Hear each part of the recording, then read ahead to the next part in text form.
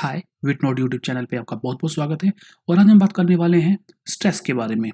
जरा सोचिए, आप कहीं जा रहे हो और आपके सामने शेर आ जाए तो आप कैसा फील करेंगे? क्या उस समय आप सोच पाएंगे अपनी फेवरेट डिश के बारे में, या आप सोच पाएंगे कि आपकी फेवरेट ड्रेस क्या है? क्या आप सोच पाएंगे उस समय कि आपको फ्यूचर में क्या बनना है? एक्चुअल में आप उस समय कुछ भी नहीं सोच पाएंगे। आपके दिमाग में केवल एक ही चीज़ चल रही होगी कि इस सिचुएशन से कैसे बाहर आया जाए। सेम ऐसी ही कंडीशन होती है जब हम स्ट्रेस में होते हैं। जिस समय स्ट्रेस में होते हैं हम केवल उस स्ट्रेस के बारे में ही सोच रहे होते हैं, हमारा और किसी में ध्यान नहीं लगता है। अब सवाल ये उठता है कि आखिर ऐसा क्यों होता है? हम स्ट्रेस के समय और चीज़ों पे ध्यान क्यों नहीं दे रहे होते हैं? हम केवल स्ट्रेस के बारे में ही क्यों सोच रहे होते हैं? तो इसका जवाब जानने के लिए हमें थोड़ा-सा पास्ट में जाना होगा, जब इंसान जंगलों में रहा करता था। उस समय स्ट्रेस का सबसे बड़ा कारण होता था जंगली जानवर।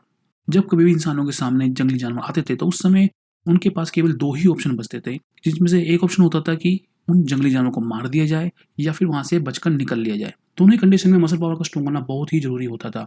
इसके लिए बॉडी एड्रेनालिन और कोर्टिसोल हार्मोन का सीक्रेशन करती थी। इन दोनों हार्मोन को इमरजेंसी हार्मोन के नाम से भी जाना जाता है।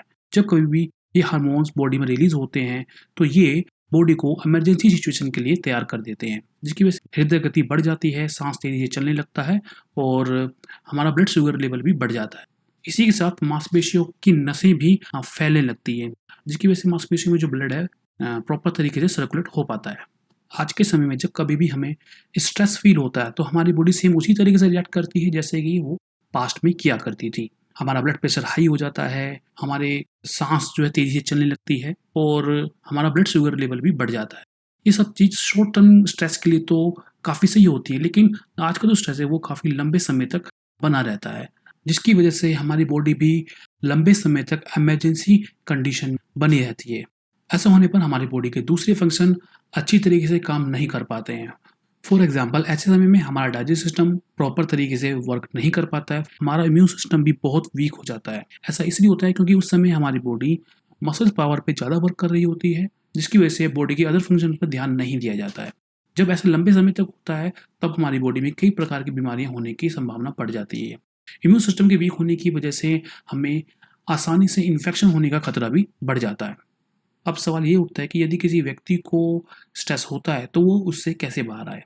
देखिए, अभी तक इसके लिए कोई प्रभावी मेडिसिन नहीं बनी है। यदि आप मेडिसिन लेते हैं तो उससे आपको कुछ समय के लिए रिलैक्स तो मिल जाएगा, लेकिन जब तक बॉडी को स्ट्रेस सिग्नल मिलते रहेंगे तब तक बॉडी उसके अगेंस्ट वर्क करती रहेगी।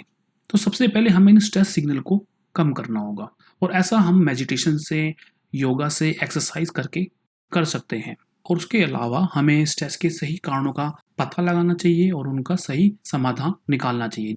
आशा करता हूँ आप सभी को इस वीडियो से काफ़ी जानकारी मिली होगी। अभी तक के लिए बस इतना ही। अगली बार फिर मिलते हैं एक नई वीडियो के साथ। तब तक के लिए नमस्कार।